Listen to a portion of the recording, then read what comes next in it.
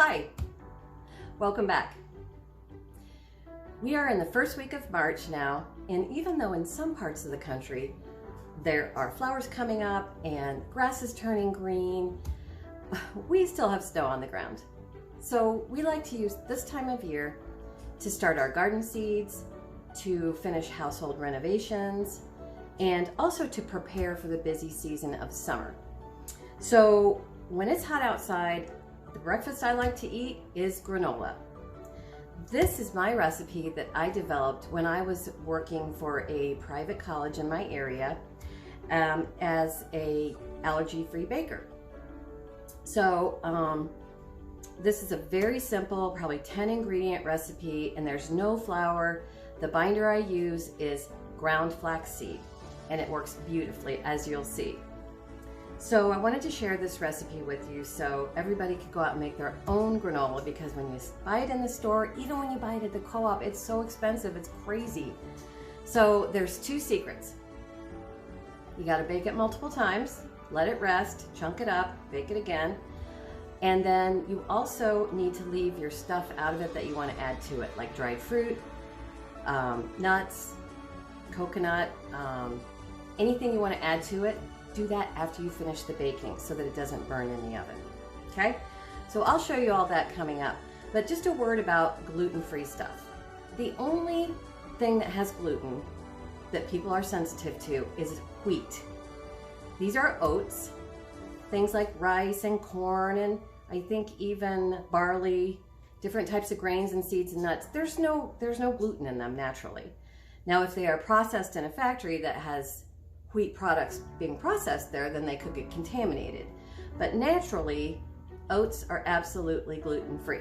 And there's nothing in this recipe that's going to add gluten in there. So you can be confident having your own stash of delicious, snack-worthy, oh so good granola at your side. So come with me and I'll show you how to do it yourself.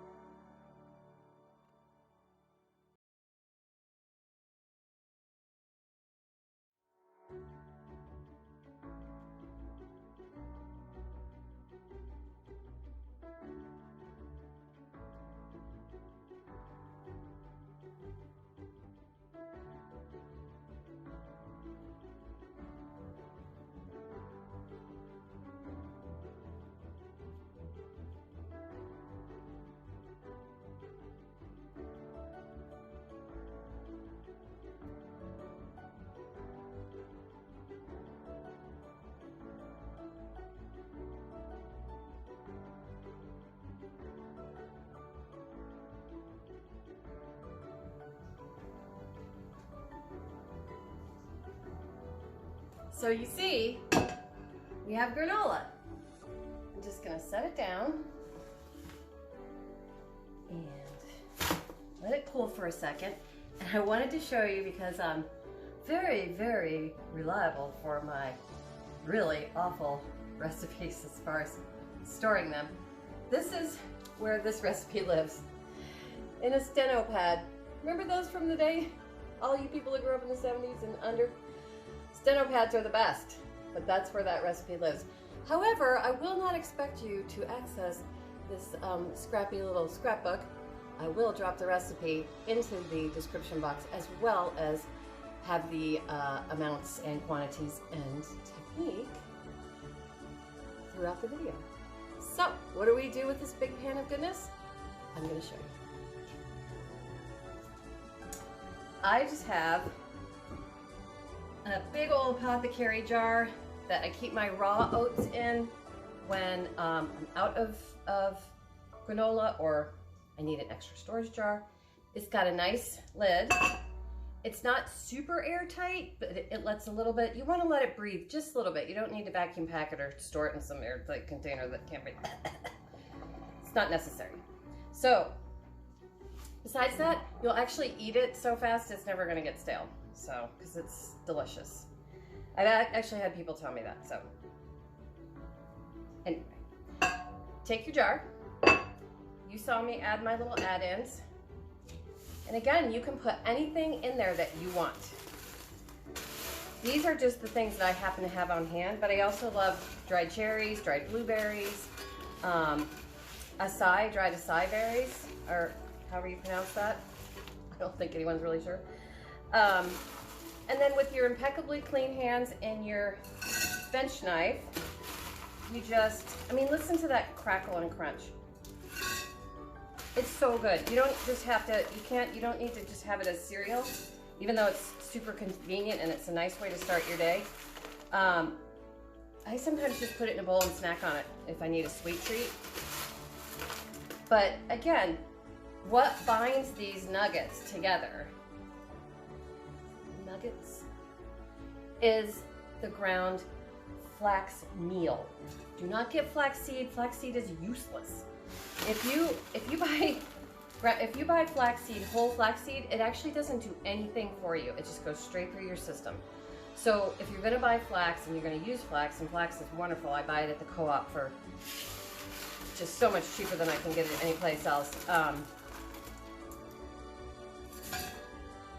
Use the ground flax meal, because that is what is going to get into your system and do all that good stuff for your body. So, so I keep it on hand for making granola, and it just works a treat. You don't need anything else. This is a very clean cereal, and I do buy my my oats at the co-op as well. I buy them in 50-pound bags, and it basically runs me about $1 a pound. And then I bring it home and I vacuum pack portions of it and put it in my root cellar. This is part of about 10 pounds I have left from a stock I got in July. So it's just a beautiful way to do it. Sometimes commercial oats can be, as they say, dirty. So it's better now that we have higher standards in our ag businesses, but it's just something to look out for. And by the way, you will not fail if you use quick oats on this, but it's so much better if you just use the whole rolled or old-fashioned style rolled oats. So, I just want to thank you so much for visiting, and I want you to go make your own granola and let your family enjoy it, and as a group decide what kind of add-ins you want to put in. You don't have to put any in if you don't want to. Make it your own. Dried fruit, gosh, candy. I made a Hollywood? Where was that? Halloween candy version 1 year. So with M&Ms and all kinds of candy corn and good fun stuff. So make it your own, go out and enjoy. And once again, thank you for visiting. Big hugs, hug, hug, hug. Bye-bye.